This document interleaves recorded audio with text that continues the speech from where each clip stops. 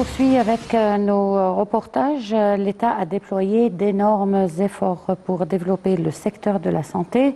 Plusieurs initiatives présidentielles et programmes nationaux ont été lancés à cette fin et ont contribué de manière efficace à améliorer le système de la santé en Égypte. Voyons ensemble ces initiatives plutôt dans ce reportage de Salih Hamed et Perihan Farouk.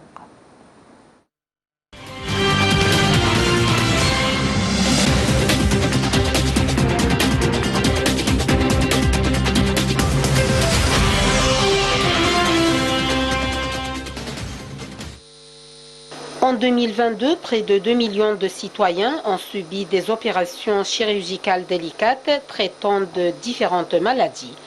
Il ne fait aucun doute que l'initiative présidentielle de traiter les patients atteints de l'hépatite C et de soigner près de 4 millions d'Égyptiens et de migrants de cette maladie a eu un très grand impact sur la société égyptienne. Le programme national de lutte contre la tuberculose a réussi à réduire progressivement cette maladie à 10 cas pour 100% habitants contre plusieurs centaines de cas autrefois. Les initiatives présidentielles pour la détection précoce des tumeurs, notamment le cancer du sein chez les femmes, ont permis de détecter des milliers de cas à des stades très précoces, ce qui a porté le taux de guérison à 98%. L'État a également lancé le programme de détection précoce du nanisme, de l'anémie, de l'obésité et des maladies héréditaires et génétiques. Tout cela a permis de dresser une carte précise des maladies en Égypte, ce qui permet de les traiter plus efficacement et d'élaborer un plan préventif en recensant le nombre de cas existants et attendus et en déterminant les moyens de prévention, de diagnostic, ainsi que les méthodes de traitement qui peuvent être mises à la disposition des patients. Les directives du président sont claires: augmenter l'efficacité des centres médicaux et fournir le meilleur service de diagnostic et de traitement possible. L'État a beaucoup investi dans cette question. La crise de Covid-19 était le meilleur exemple. Tous les hôpitaux ont été équipés d'un réseau d'oxygène, d'appareils modernes, de ventilateurs et d'appareils de diagnostic dans tous les gouvernorats. Le président El-Sisi accorde une attention majeure à ce dossier pour assurer la disponibilité des médicaments à un prix approprié et avec une bonne qualité. Il y a en Égypte environ 170 sociétés pharmaceutiques qui fournissent des médicaments de toutes sortes, notamment les médicaments essentiels, selon la carte des maladies en Égypte.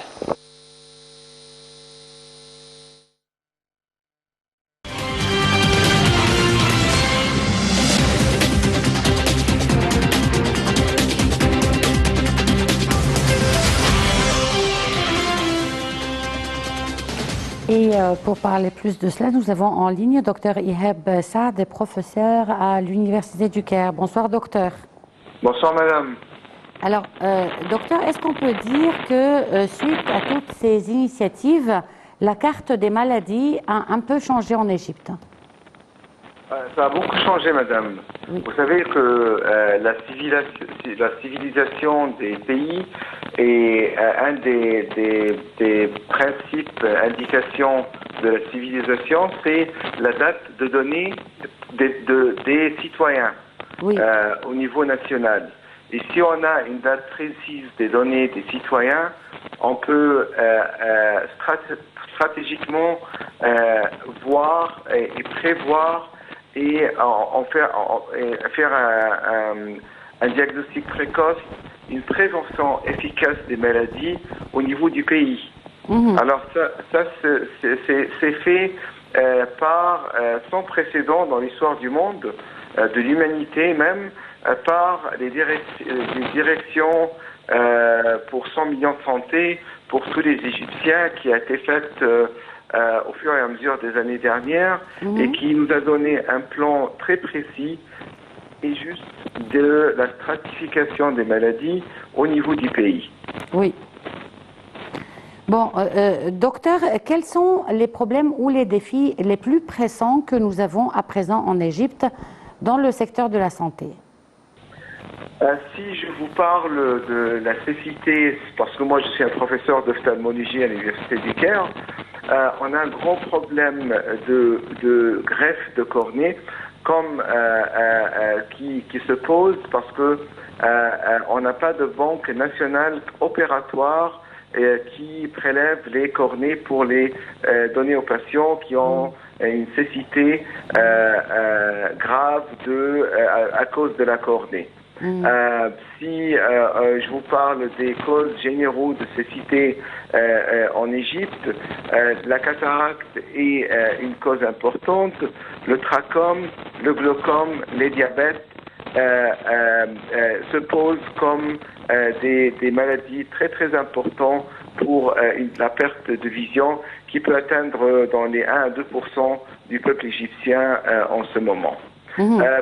Pour les autres spécialités, on devra vraiment parler et consulter les données, les résultats qui ne sont pas tout le temps disponibles. Et les pays qui avaient des problèmes de cornée et qui ont pu résoudre ce problème, docteur, comment est-ce qu'ils ont procédé? Jusqu'à maintenant, il y a eu des essais pour augmenter la connaissance des gens et de l'importance de donner sa cornée une fois décédé. Ce processus demande un secteur qui pourra agir au niveau national pour aller pour aller prélever les cornées après le décès, parce que le moment où la cornée peut être utilisée augmente jusqu'à 20 heures après le décès.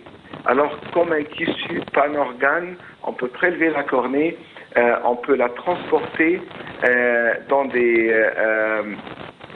solutions spécifiques et on peut la refroidir pour être utilisée dans les 20 jours qui viennent pour rendre la vision à une personne qui a perdu un enfant, un gamin, un jeune homme, un adulte, un adolescent, un vieux, qui a perdu la vue à cause de la cécité soit par erreur dans la cornée. Et les cornées artificielles n'existent pas? Non, justement, j'ai eu la chance de faire entrer en Égypte une cornée artificielle permanente qui est formée d'une partie qui est une matière inerte, mais qui doit être posée sur une cornée, un greffon humain. Ça a été fait en 2010. Ces cornées sont fabriquées par l'université de Boston, l'université de Harvard à Boston, où on a des relations de coopération communes. Et depuis ce temps-là, on a lancé la cornée artificielle permanente en Égypte. Et on a publié dans les cadres scientifiques, les journaux scientifiques, nos résultats à 10 ans de suivi maintenant, qui sont vraiment excellents, qui résout le problème d'échec de cornée ou bien de réjection de cornée qui sera répétitif si le système immune du corps rejette la cornée qui est d'une nature humaine. Cela aussi c'est très important pour les patients, les gamins, où on ne peut vraiment pas agir à ce niveau-là d'une façon avec un succès important au moins de 10 à 12 ans. Alors, des petits gamins qui ont une cécité par opacité de cornée congénitale, on ne peut rien faire jusqu'à 10 à 12 ans parce que les greffons qui viennent après le décès, avec le système immune des enfants qui est très fort, il y a une réjection très importante dans ces gamins-là. Alors, ça fait vraiment un breakthrough scientifique, si on veut dire, pour après avoir réussi avec la coopération de l'université de Harvard à Boston, aux États-Unis, de faire un changement au niveau scientifique aussi important. Et sur le plan de l'industrie pharmaceutique, docteur, est-ce qu'on peut dire que nous avançons ou bien que nous avons toujours des problèmes? Je pense qu'avec le taux de boîtes pharmaceutiques en Égypte qui monte auprès de 200 boîtes pharmaceutiques avec des standards internationaux, je pense que l'Égypte a les moyens de fabriquer, d'inventer, d'avoir le droit de refaire les médicaments, ce qui a donné un succès parfait au niveau de l'hépatite C et d'une façon très précise et vraiment très compétitive au moyen mondial. Pour les colliers pharmaceutiques pour l'œil, les boîtes pharmaceutiques égyptiennes ont un produit qui se vend partout dans le monde, dans l'Europe, dans l'Afrique, qui pose un très très grand marché pour nos produits au standard mondial. Je pense que le congrès dernier, qui est sous les auspices du président ETC, Africa Excon, qui est terminé il y a quelques jours, l'exhibition des produits pharmaceutiques, des boîtes pharmaceutiques égyptiennes qui opèrent en Égypte était exceptionnelle, d'une façon très très formidable. Est-ce qu'on peut dire que sur le plan de l'hépatite C, ça y est, nous n'avons plus de malades, tous les cas sont guéris en Égypte? Je ne pense pas que le ministère de Santé a déclaré qu'on a une maladie qui a baissé jusqu'à niveau 0, mais je pense qu'on est sur le plan. On est très proche du plan. Il faut bien revenir au ministère de Santé pour voir les nombres réalisés.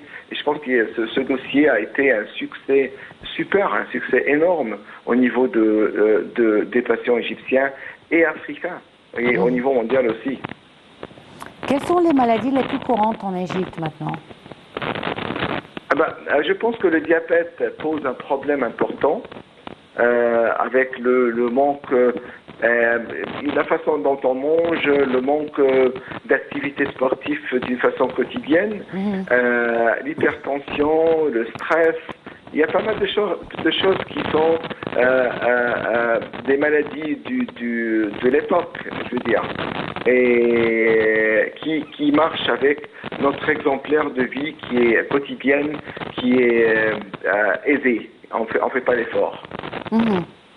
On remarque quand même, docteur, qu'il y a beaucoup de cas de mortalité maintenant à un âge assez jeune, la trentaine peut-être, de crise cardiaque. Pourquoi? Il y a des maladies très spécifiques qui sont il y a des raisons d'un mort soudain à un âge jeune. Parmi les plus remarquables sont les dissections de l'aorte, qui est l'artère principale venant du cœur. Je pense que le fumer d'un âge précoce pose un problème énorme au niveau des jeunes et qui peut, en fin de compte, affecter non seulement la santé, mais aussi la vie de beaucoup de malades. Bon, et comment vous trouvez l'évolution de la santé des citoyens égyptiens en général? Est-ce qu'on peut dire que pendant les 10 dernières années, elle a progressé? Qu'est-ce qui a progressé? J'ai pas bien entendu là. La santé d'une manière générale du citoyen égyptien. Ouais, on mesure la santé par le moyen de vie des citoyens.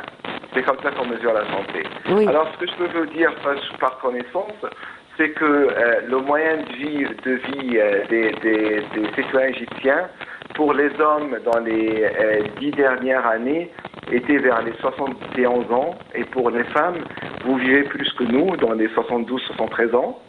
Et ça, c'était, je pense que dans la décennie, ça a augmenté de fin de soixantaine au-delà des 77.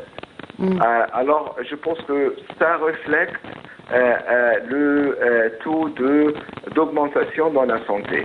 À notre mesure, qui est important au niveau de santé, c'est the infant mortality rate, le taux de mort dans les enfants. Alors le taux de mort dans les enfants a baissé dans les 10 dernières années en Égypte d'un nombre qui pose dans les trentaines par mille vivants, un enfant vivant, jusqu'à dans les vingtaines, dans les cadres, dans les vingtaines et même moins dans ces jours-ci. Et ça aussi reflète le niveau de santé exercé aux nouveau-nés ou bien les enfants aussi prématurés. Et je pense que ces deux mesures reflètent une augmentation générale de santé qui est basée par toute l'idée des efforts de l'État, la détection précoce de maladies et en même temps le traitement efficace et instantané, sans retard, pour achever une guérison totale des maladies, si on peut le faire. Mais une moyenne de vie, docteur, autour des 70, je dirais du début jusqu'à la fin, 70, c'est quand même pas beaucoup par rapport à l'Europe ou à l'Asie, par exemple. Pourquoi? Ça, c'est une très très grande question. Mais il faut se souvenir aussi qu'on forme un peuple jeune. Il y a 50% des citoyens au moins qui sont au moins dans les 25 ans de vie aussi. Ça s'améliore. Je pense que si vous faites la comparaison des pays, il faut standardiser les circonstances des pays aussi. Le style de vie, l'économie, le GDP, ce qu'on dépense au niveau de la vie, pas seulement de la santé. Alors c'est pas une comparaison qui peut se faire aussi facilement que vous le dites. Mais ce qui est sûr, docteur, c'est qu'on fait beaucoup moins de sport. Il faut revenir sur les comptes. Je pense non, si on bouge en Égypte partout, on voit les jeunes qui, même les plus âgés, qui font du sport au niveau de même sur la rue, le cycling qui devient un sport national, si je peux dire. Non, on bouge. Je pense que l'esprit égyptien a beaucoup changé dans les 10 dernières années et j'espère pour le mieux. Docteur Ihab Saad, c'était vraiment un plaisir de vous avoir avec nous. Merci pour ces informations très utiles. Une petite pause et on se retrouve tout de suite après.